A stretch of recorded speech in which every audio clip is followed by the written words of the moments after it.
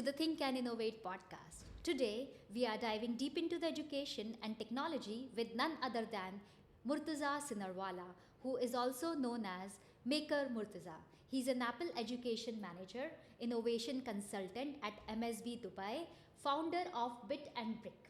If you are passionate about STEM, robotics, and all tech things in the classroom, you are in for a treat.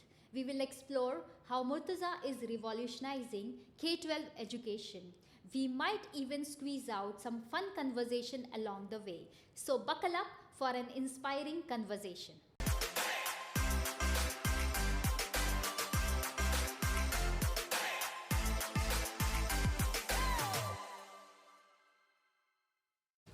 Murtaza, so should I call you Maker Murtaza? Thanks for joining us today. Can you please tell us how do you go from Murtaza to Maker Murtaza moment? Is there any story behind it? Thanks, Nidhi, for inviting me. Maker Murtaza is a brand name which I've picked up for myself. I've been a huge fan of maker spaces and hands-on learning. And so I wanted Murtaza is a very common name, so I wanted one social media name from LinkedIn to Instagram. So I've kind of picked up Maker Murtaza, and it also represents what I'm about, is all about makerspace and hands-on learning. So can you tell me more about makerspace? What is it so our viewers can understand more? So makerspace is a concept which picked up in the US in the last 20 years. Mostly started off with fab academies. The idea is STEM is a lot of hands-on learning. Makerspace is all about digital fabrication. So the moment started off with 3D printing, laser cutting, and CNC routing. But then all of that into an education segment is where the makerspaces have come up across. So Fab Academy and makerspace are synonyms for the term. Okay, wonderful. Apple Education Manager, Innovation Consultant, and Founder. Do you sleep or do you have an extra day in your hours? Or if so, please let us know your secret. I no, these are roles which I'm passionate about. So I'm an innovation consultant just out of passion to help the community school. With Apple Education role, it's all about providing support to schools in terms of professional development. So yeah, I try to manage my time a few hours in the morning, and then when I come back on Saturdays. Okay, wonderful. So you have your own time on Saturdays where you actually work for your own things. So Saturday is my own CPD time or something which I do for my own self. So I keep my Saturdays very free. It's the sixth day of my working, I would say. But I really appreciate you have given your Saturday to us. So thank you so much. Thank you for joining. And you have been in education tech space for a decade. What was your aha moment that made you want to blend education and technology together like a perfect smoothie? I think it started off in 2014. So my background is mechanical engineering. Again, a lot of hands-on learning. But when I came from India to UAE, the education in India was not hands-on. It was a lot of theory in there. When I came here and I joined the education company, I understand that hands-on learning had been a real focus in this part of the world. And that's where I started looking at, okay, how can experiential learning, constructivism, and the whole learning moments come from this experience-based learning. So that's my idea of joining hands-on learning with existential experiential learning. And at Lab, you worked extensively with Lego education. Yeah. I have to ask, did playing with Lego as a kid prepare you or for your career? Or was it just a precise for assembling any IKEA furniture? Yeah, so the IKEA effect is true. IKEA sells us furniture at a premium, and they make us carpenter. But when we assemble that IKEA furniture, we kind of feel happy about it, right? Yeah. So that's hands-on learning has really been there from my mechanical engineering time. But what I really enjoyed with AtLab was the transition. So I started off with a CNC special, which is computerized numerical control. We used to go to universities and do turnkey lab projects. And then when I came to with Lego, the whole idea of play-based learning was very fascinating with me. So the first 3 years I was not involved with the K-12 division, but then I requested for a shift of my career, and I started to then work with Lego Education, first Lego League, and these competitions to really embed play-based learning and hands-on learning together. How did your time as lead training specialist shape your approach to education innovation? Any fun training moment where did things exactly go as per by the book? So when I started off, I was trying to do a lot of product-based training, right? So we had Mindstorms back then, and then we moved to Lego Spike. But I started off with, okay, this is how you assemble a robot, this is how it works. But over the last 4 5 years, I've understood that it's not about training on robots, it's not about learning how to code, it's about the whole critical thinking and how you can teach with that. So my training moment came in 2018, where just by using 3 bricks, I was able to do 6 hours of training. Okay, and it was all about, okay, how deep can you go rather than how superficially you can teach multiple products. Okay. And as an Apple education manager at JTRS UAE, you help school integrate Apple products. Yeah. How often do you get asked if you are there to hand out some free iPads? I imagine that would make you pretty popular. I mean, free iPads is something which I dream about, but yeah, the whole idea is when I was doing this training with Lego in one of the schools, they had invested quite a lot of resources, and we did the training on almost 90% of the resources. When one of the teacher asked me, okay, which is the most expensive resource in the room?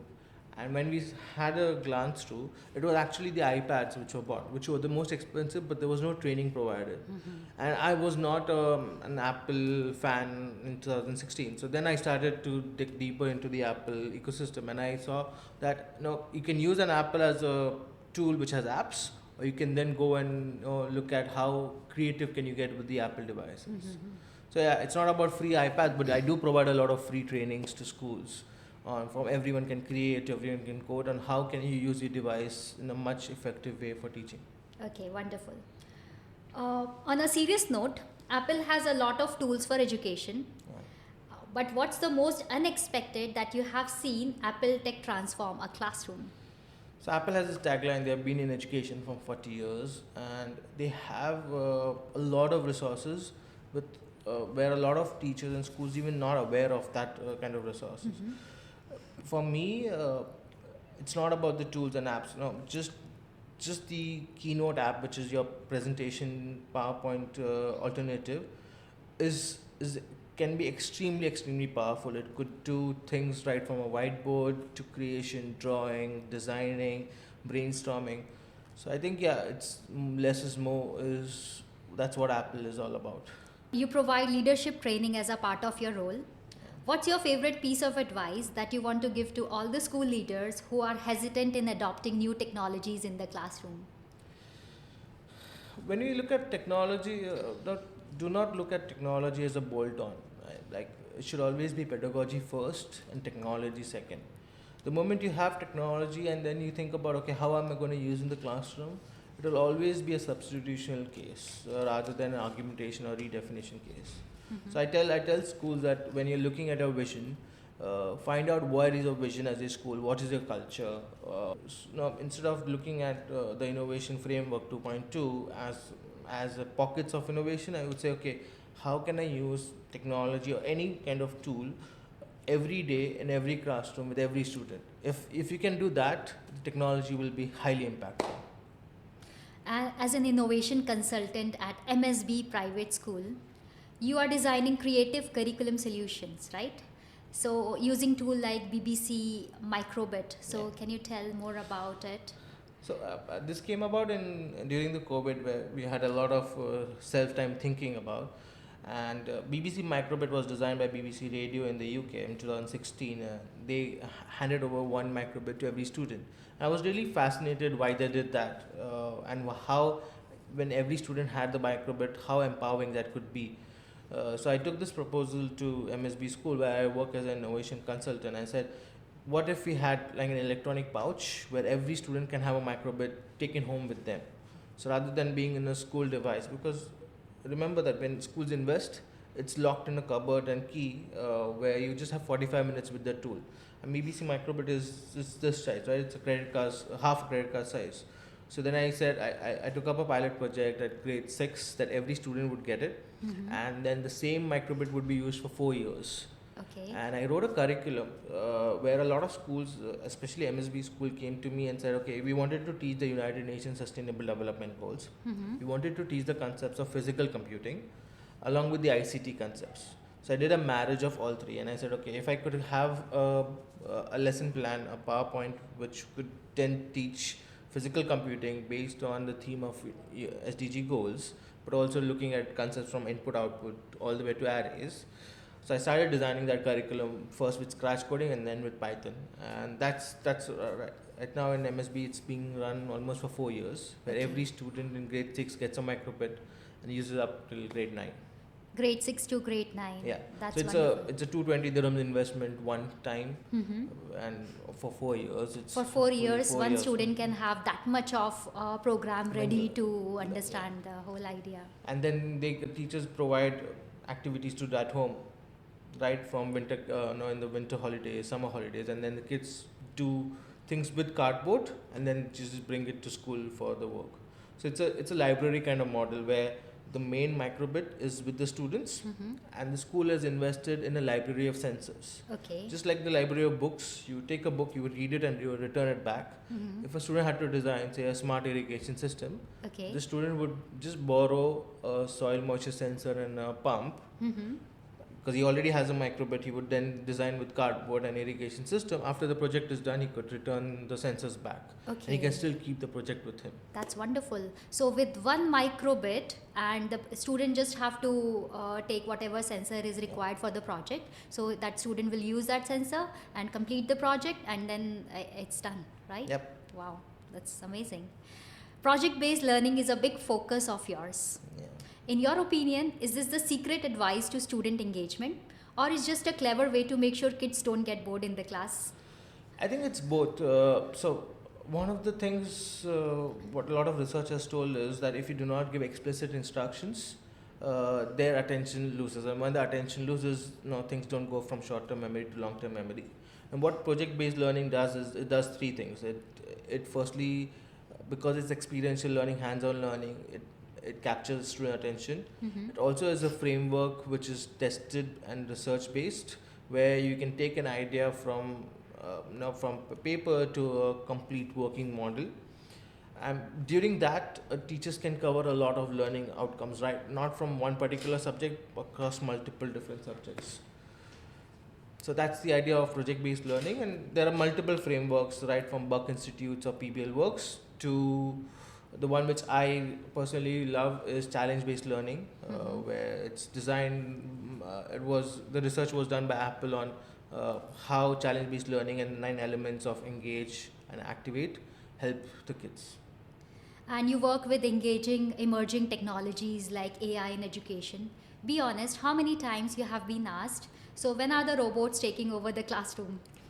Multiple times. I think teachers are scared about it, and it's those teachers who get afraid about using these tools. But I don't think AI will take over classrooms. They might take over the roads first. Okay. But teaching is a very relationship based learning, and what AI will do is act as an assistant to like prepare podcast scripts for us, questions for us, but it's all about still the human communication in the end. Yes, it is really important to have a human interaction and human touch in any of the activity. You work with schools to set up robotics and AI labs. What's the innovation coming down the pipeline that you think will blow teachers' mind in next few years? I think AI has definitely picked up a lot of interest from schools, and we might see more and more these pre-made algorithms based on large language models to then come down in the classrooms.